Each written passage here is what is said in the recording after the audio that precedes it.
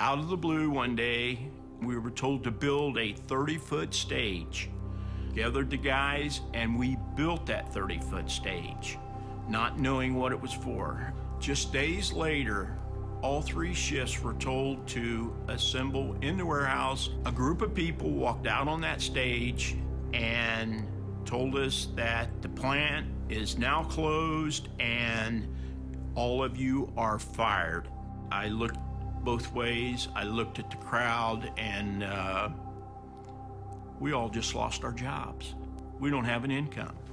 Mitt Romney made over $100 million by shutting down our plant and devastated our lives. Turns out that when we built that stage, it was like building my own coffin, and it just made me sick. Priorities USA Action is responsible for the content of this advertising.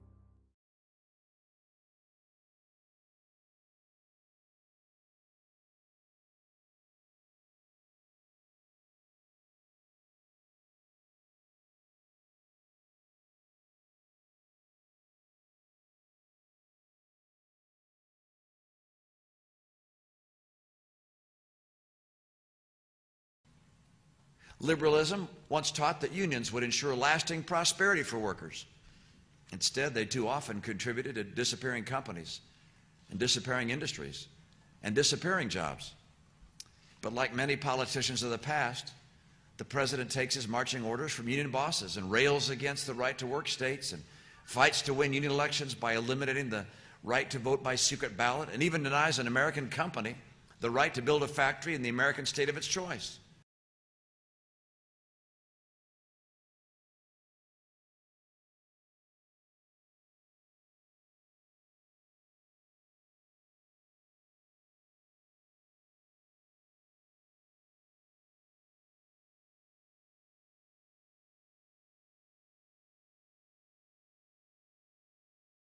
Is he really that out of touch?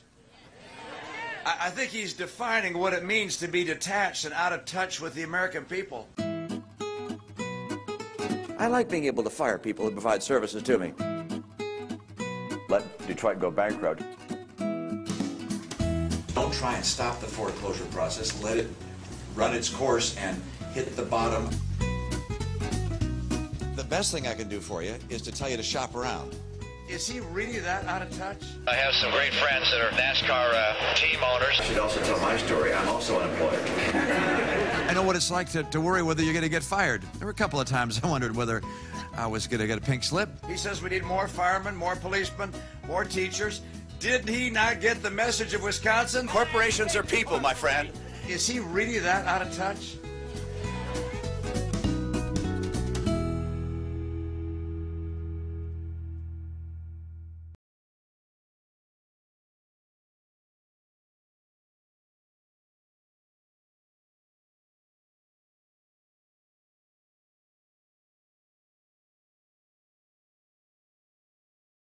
(2008), an economic meltdown. Worst financial collapse since the Great Depression. 4.4 million jobs lost. American workers were laid off in numbers not seen in over 3 decades. America's economy spiraling down. The biggest point drop that's ever been seen in a day. All before this president took the oath. So help me God.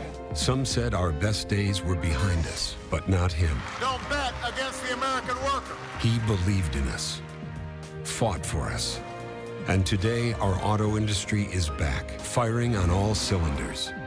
Our greatest enemy brought to justice by our greatest heroes. Our troops are home from Iraq. Instead of losing jobs, we're creating them. Over 4.2 million so far. We're not there yet. It's still too hard for too many. But we're coming back because America's greatness comes from a strong middle class. Because you don't quit, and neither does he. I'm Barack Obama, and I approve this message.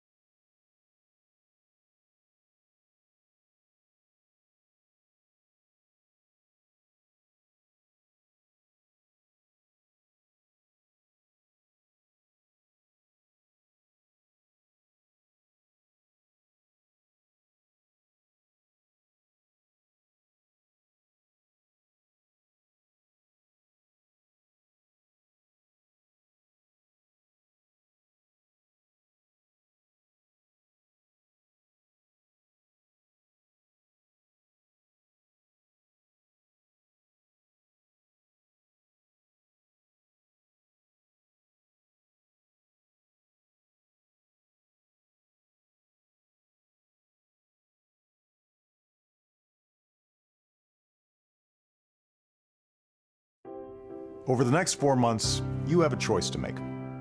Not just between two political parties, or even two people. It's a choice between two very different plans for our country. Governor Romney's plan would cut taxes for the folks at the very top, roll back regulations on big banks, and he says that if we do, our economy will grow and everyone will benefit. But you know what? We tried that top-down approach. It's what caused the mess in the first place. I believe the only way to create an economy built to last is to strengthen the middle class, asking the wealthy to pay a little more so we can pay down our debt in a balanced way, so that we can afford to invest in education, manufacturing, and homegrown American energy for good middle-class jobs. Sometimes politics can seem very small, but the choice you face, it couldn't be bigger. I'm Barack Obama, and I approve this message.